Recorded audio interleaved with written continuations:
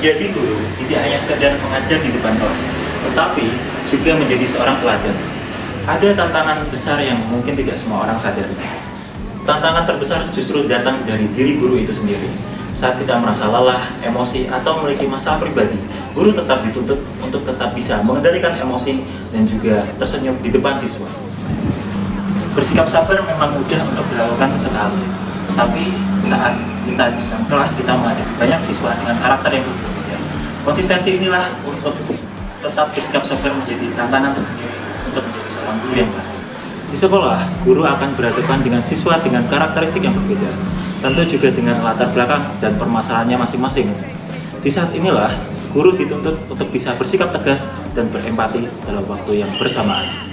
Tantangan seperti ini sempat saya jumpai saat saya mengajar di sekolah. Ada kalanya saat saya mengajar, siswa tampak acuh dan tidak peduli dengan arahan saya. Tapi di saat inilah ujian yang saya terapkan harus dilakukan.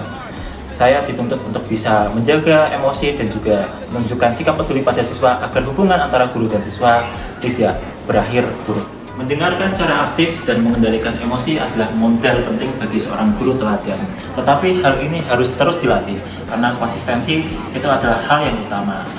Menjadi seorang teladan bukan hanya sekedar menjadi sempurna, tetapi yaitu dengan terus berusaha untuk tetap belajar menjadi lebih baik. Menurut kalian, apa sih yang harus kita lakukan supaya bisa menjadi guru yang tidak hanya pintar mengajar, tetapi bisa menjadi teladan bagi siswa kita? Strategi yang pertama adalah dengan melatih kesadaran diri atau yang biasa kita dengar dengan sebutan self-awareness. Sesekali, sebagai guru kita juga harus bisa merefleksikan diri dengan cara bertanya pada diri sendiri. Tadi saya sempat marah tidak ya? Apa yang membuat saya kesal kepada siswa dan bagaimana respon saya kepada siswa? Dari hal-hal kecil seperti ini, refleksi-refleksi kecil seperti ini, kita bisa terus belajar untuk mengelola emosi diri. Yang kedua, jangan berhenti belajar. Guru merupakan pelajar sepanjang hayat. Kita perlu melakukan banyak hal untuk terus belajar. Ayo ikuti pelatihan, workshop, webinar, apapun itu tentang pembelajaran sosial emosional. Jadi kita tidak hanya mengandalkan insting dalam menghadapi berbagai situasi di kelas, tetapi kita juga punya ilmu pengetahuan untuk menghadapi situasi tersebut. Selanjutnya, jangan lupa untuk menjaga diri sendiri atau yang biasa kita sebut dengan self-care. Kita juga merupakan manusia biasa yang bisa merasakan lelah, sedih, suntuk, dan sesuatu yang tentunya mengganggu. Jadi kita harus pintar-pintar menjaga diri, baik fisik maupun emosional. Karena dengan kesabaran yang tulus, tentunya keprofesionalisme kita akan menjadi lebih baik juga. Yang terakhir, jangan ragu untuk meminta masukan. Kita bisa berdiskusi dengan mentor, dengan rekan sejawat, atau meminta umpan balik dari siswa mengenai bagaimana cara kita mengajar dan berinteraksi dengan mereka. Dengan begitu, kita bisa melihat dari sudut pandang orang lain tentang diri kita, apakah sudah baik atau mungkin apa yang harus diperbaiki. Menjadi guru sebagai teladan tidak dituntut untuk menjadi sempurna, tetapi bagaimana cara kita untuk bisa menjadi lebih baik, terus baik setiap harinya. Menurut kalian, strategi apa yang paling penting? Yuk tulis di kolom komentar. Di balik proses pembelajaran, guru menghadapi berbagai tantangan. Salah satunya beban administrasi, tuntutan pekerjaan, hingga tekanan emosional. Sehingga diperlukan dukungan dari sekolah untuk meningkatkan kemampuan emosional guru. Dukungan yang pertama adalah pelatihan sosial emosional terhadap guru secara berkelanjutan. Pelatihan ini digunakan agar guru dapat melatih emosi mereka, sehingga pengambilan keputusan pada saat mereka mungkin terkena emosi akan menjadi lebih logis, tidak berdasarkan emosi semata, sehingga pengambilan keputusan tidak mempunyai bias emosi. Selanjutnya, guru memerlukan budaya yang sportif dan aman.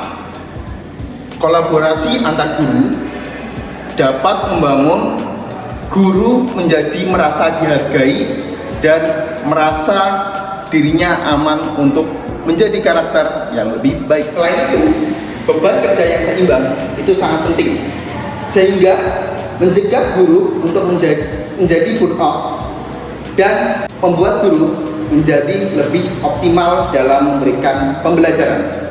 Sekolah juga perlu memberikan apresiasi kepada guru yang menjadi teladan, baik berupa penghargaan maupun dukungan, sehingga motivasi terhadap guru untuk menjadi teladan itu bisa meningkat. Terakhir, program mentoring antara guru senior dan guru baru itu menjadi arahan, menjadi pengawas juga, dan juga menjadi budaya untuk saling mengingatkan dan saling berkembang di lingkungan sekolah. Gimana sih pembelajaran sosial emosional dapat mempengaruhi karakter guru sebagai teladan? Pembelajaran sosial emosional berpengaruh besar dalam membentuk karakter guru sebagai teladan karena pembelajaran sosial emosional melatih 5 kompetensi inti. Yang pertama, kesadaran diri, membuat guru mengenali emosinya sebelum bereaksi. Kemudian yang kedua, pengelolaan diri dengan tetap tenang dan tidak meluapkan emosi secara impulsif saat menghadapi situasi sulit di kelas. Yang ketiga, kesadaran sosial untuk melatih empati, memahami bahwa perilaku bermasalah siswa sering mencerminkan kondisi di luar kelas yang tidak terlihat.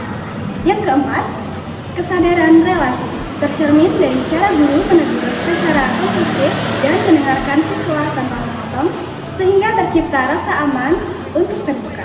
Yang kelima, pengambilan keputusan yang bertanggung jawab. Guru mempertimbangkan dampak jangka panjang dari tindakan. Ketika kelima kompetensi ini terinternalisasi, guru tidak hanya mengajarkan pembelajaran sosial emosional secara teori saja, tetapi mempraktikannya langsung dengan tetap tenang saat siswa emosinya tidak stabil, berempati, dan menyelesaikan konflik dengan cara menjaga martabat semua pihak. Sekarang kita akan bergeser ke film Laskar Pelangi. Memperkenalkan 12 aktor cilik pendatang baru dari Blitar. Kelakuan anak-anak kuliah itu kayak setan semua. Ini nanti mau Yong, tunggulah dulu. Nggak ngerti kok. Laskar Pelangi takkan terikat waktu. Tentunya teman-teman semua sudah tidak asing dengan film tersebut kan? Jika dikaitkan dengan karakteristik guru sebagai teladan, ada loh beberapa hal yang bisa kita pelajari dari film tersebut. Pertama, keteguhan Bu Muslimah dan Pak Harfan dalam mempertahankan semangat belajar. Dengan fasilitas yang terbatas dan jumlah murid yang nyaris tidak memenuhi syarat, keduanya tetap semangat mempertahankan sekolah tersebut. Ini menunjukkan bahwa semangat belajar ada pada personal dari guru tersebut. Yang kedua adalah kesabaran menghadapi tekanan. Kesabaran bukan hanya menahan diri dari kemarahan, tetapi tetap hadir meski hasilnya tidak langsung terlihat. Yang ketiga adalah penghargaan yang setara tentang potensi siswa. Sikap ini mengajarkan bahwa guru teladan tidak menilai siswa dari keadaan awal mereka, melainkan dari potensi yang bisa dikembangkan oleh masing-masing siswa itu. Yang keempat, mendidik lebih dari sekedar transfer pengetahuan. Mendidik juga berarti menumbuhkan harapan dan juga rasa percaya diri yang ada dalam diri siswa tersebut. Dalam pembelajaran sosial emosional ada istilah yang dikenal dengan EMC 2, yaitu empathy, mindfulness, compassion, dan critical inquiry. Nah, keterikatan film ini dengan konsep EMC 2 yaitu tentang yang pertama empati, murid-murid saling membantu dan menyemangati. Kemudian Bu Muslimah juga terlihat memahami kondisi ekonomi dan latar belakang tanpa membeda-beda. Selanjutnya ada mindfulness. Dalam film ini diperlihatkan bahwa Ikal dan teman-teman tetap bersemangat belajar meski sekolah mereka sangat sederhana. Para tokoh dalam film juga mampu mengelola rasa kecewa dan fokus untuk mengejar cita-cita. Selanjutnya ada compassion. Bu Muslimah mengajar dengan penuh kasih sayang dan kesabaran. Sedangkan Pak Harvan terus memotivasi agar murid-murid percaya dengan kemampuan diri yang mereka miliki. Dan selanjutnya, critical inquiry. Para guru mendorong siswa untuk berani bertanya, berpikir kreatif, dan mengembangkan potensi yang dimiliki. Begitupun dengan para murid ketika mengikuti berbagai macam perlombaan. Mereka bekerja sama, mencari strategi, dan memecahkan masalah untuk mencapai hasil yang terbaik.